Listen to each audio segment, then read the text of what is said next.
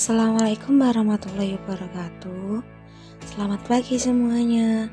Alhamdulillah, kita dapat berjumpa lagi dalam mata kuliah Ekonomi Moneter dan Kebanksentralan.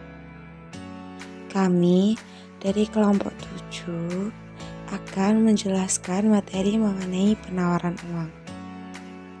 Untuk lebih jelasnya, mari kita simak video berikut ini. Penawaran uang tanpa bank. Penawaran uang dalam teori moneter mempunyai arti yang sama dengan jumlah uang yang beredar. Dalam perekonomian modern, uang tidak hanya uang kartal, tetapi juga ada uang giral.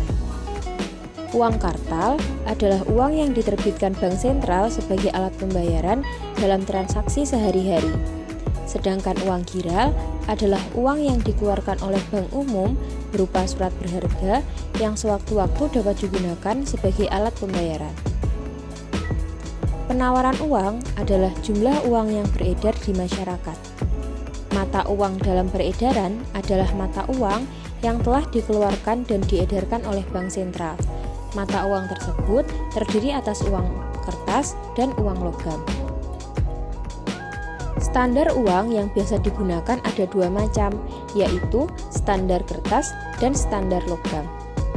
Standar kertas adalah sistem keuangan yang menggunakan uang kertas sebagai alat tukar atau alat pembayaran yang sah dan tidak terbatas, tetapi tidak dapat ditukarkan dengan emas dan perak pada bank sirkulasi. Pada standar logam, dibedakan menjadi dua, standar monometalisme dan standar bimetalisme dua logam. Metalisme terjadi jika suatu negara menggunakan standar uangnya hanya satu buah logam mulia, misalnya hanya menggunakan emas atau menggunakan perak. Sedangkan pada bimetalisme dua logam dibagi lagi menjadi tiga, ada standar pincang, standar paralel, dan standar kembar. Standar pincang adalah standar uang yang menggunakan emas sebagai standar uang dan perak sebagai alat pembayarannya. Standar paralel adalah standar uang yang menggunakan dua logam mulia berupa emas dan perak secara bersama-sama sebagai standar uangnya. Namun, perbandingan yang berlaku hanya satu macam, yaitu menurut pasar saja. Dan standar kembar adalah standar uang yang menggunakan dua logam mulia berupa emas dan perak secara bersama-sama sebagai standar uangnya. Dalam penawaran uang modern, otoritas moneter memiliki peranan yang sangat penting, yaitu mencetak dan mengedarkan uang primer serta pelaksana kebijakan moneter. Begitupun perbankan yang memiliki peranan sebagai supplier uang giral. Pengganda uang atau multiplier money. Proses penggandaan uang adalah proses pasar, yaitu penyesuaian antara permintaan dan penawaran uang. Proses pelipatan ini dimungkinkan karena ada lembaga yang bernama bank yang tidak harus menjamin sepenuhnya giro yang diciptakannya dengan uang tunai. Proses pelipatan uang tidak akan terjadi jika cash ratio yang dimiliki bank adalah 100%. Contoh, setoran uang tunai sebesar Rp10.000. Misalnya, bank hanya menyimpan uang tunai atau cadangan bank sebesar Rp500, yaitu jika rasio kas yang berlaku yaitu 5%. Artinya, dengan memegang simpanan inti sebesar Rp500, bank dapat membuat giro sebesar Rp10.000. Jadi, bank menciptakan giro sebesar Rp9.500 dari Rp10.000 dikurangi Rp500. Rp1 akan dapat menciptakan tambahan uang beredar yang lebih besar dari Rp1. Pada kenyataannya, uang diciptakan oleh bank tidak hanya bergantung pada kehendak bank saja, tetapi juga tergantung pada hasil interaksi pelaku pasar.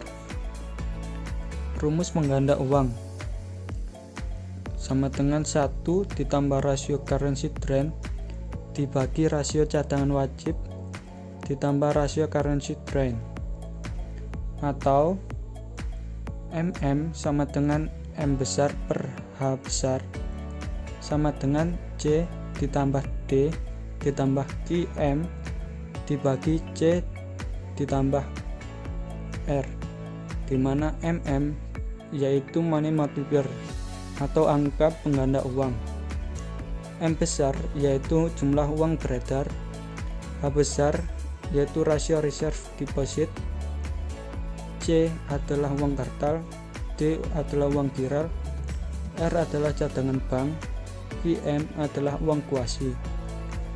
Faktor penentu pengganda uang yaitu 1. Rasio mata uang. Tinggi rendahnya currency rasio pada dasarnya dipengaruhi oleh perilaku masyarakat dalam memilih memegang uang kartal atau giro. Dalam hal ini ada beberapa faktor yang mempengaruhi perilaku masyarakat, antara lain biaya penanganan, kemudahan, dan keamanan dalam menggunakan uang kartal atau giro. Kedua yaitu rasio cadangan.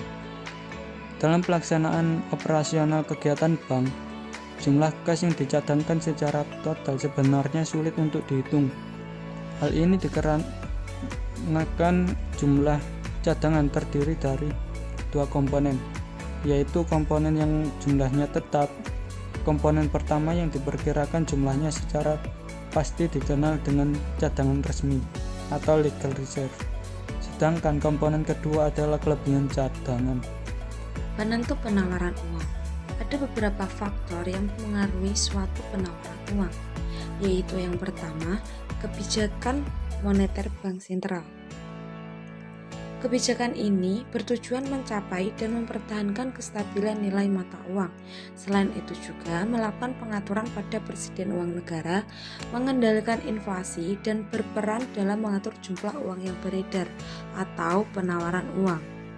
Kebijakan-kebijakan yang dapat dilakukan oleh bank sentral adalah sebagai berikut.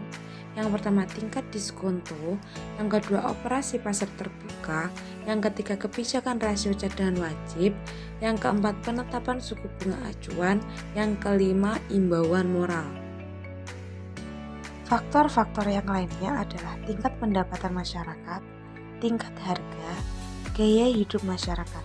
Gaya hidup masyarakat ini akan berubah-ubah sesuai dengan berkembangnya zaman, sehingga akan menimbulkan permintaan terhadap produk terus meningkat dan mengakibatkan harga suatu produk semakin mahal. Faktor yang lainnya adalah bertambahnya jumlah produksi barang dan jasa, penerapan kebijakan anggaran, tingkat suku bunga, dan faktor yang terakhir adalah fasilitas kredit. Nah, itu tadi penjelasan dari kelompok kami mengenai penawaran uang. Semoga dengan adanya video ini akan menambah wawasan kalian. Terima kasih.